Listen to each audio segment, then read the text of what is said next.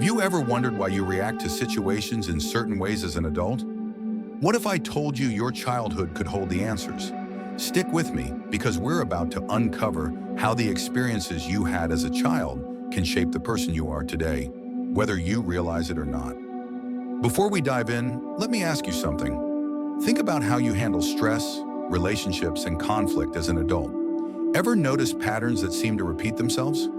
It's not just coincidence. Our childhood experiences, especially our early relationships, are the blueprint for how we process the world around us. And here's the kicker. Understanding these patterns can actually change your life. In today's video, we'll explore how different aspects of childhood shape our adult personalities. So if you're ready to finally understand why you act the way you do, keep watching. Let's begin with one of the most important aspects of childhood that influences adult behavior: attachment style. You might have heard the term attachment thrown around before, but what does it actually mean? Attachment is the bond you form with your primary caregivers, usually your parents, when you're a child. And believe it or not, how you attach to your parents can have a lasting effect on how you form relationships later in life. If you grew up in a secure environment where your needs were consistently met and you were shown love and care, you likely developed a secure attachment style. This means you probably trust others, are comfortable with intimacy, and have a healthy sense of independence. But not everyone experiences that. Some children grow up in environments where their needs aren't met consistently, leading to insecure attachment styles. People with insecure attachment styles might struggle with trust, have anxiety in relationships, or even avoid intimacy altogether. But the key takeaway here is that you're not stuck with the attachment style you developed as a child. The good news? It's possible to heal and develop healthier patterns with a little self-awareness and work. Now let's dive into another aspect of how childhood shapes adulthood. Childhood trauma. It could be big, noticeable trauma, like abuse, or it could be more subtle, like emotional neglect, or even a harsh word from a teacher that you never forget. This type of trauma doesn't just disappear as we grow older. It becomes part of our internal narrative, shaping how we see ourselves and interact with the world. Trauma can show up in many ways: low self-esteem, trouble with trust, difficulties forming healthy relationships, or even trouble managing stress. It's easy to ignore or bury these wounds because they feel distant, but it's crucial to recognize their impact on our adult lives. Acknowledging and processing trauma is often the first step toward healing and growth. So think about this. Do you ever catch yourself reacting in ways that seem disproportionate to the situation at hand? It might be your childhood trauma playing a role. Understanding this can be empowering because it means you have the ability to rewrite your story. Speaking of shaping personalities, parenting styles play a massive role in how we develop as children and adults. Our parents, or primary caregivers, set the stage for how we approach the world. Take a moment to think about your upbringing. Were your parents very strict and controlling? Or were they permissive, giving you a lot of freedom? Did they provide stability and guidance? Or was it a bit more unpredictable?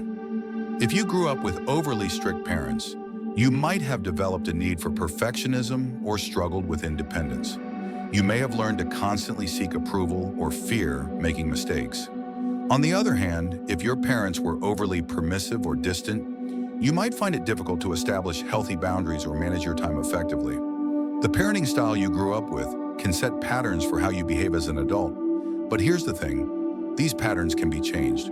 Once you identify how your upbringing affected you, you can start to create healthier, more balanced behaviors moving forward. Now let's talk about something that seems pretty innocent, but can have a huge impact on your adult personality: childhood play. Yes, the games and pretend play you engaged in as a child weren't just fun. They were crucial for your mental and emotional development.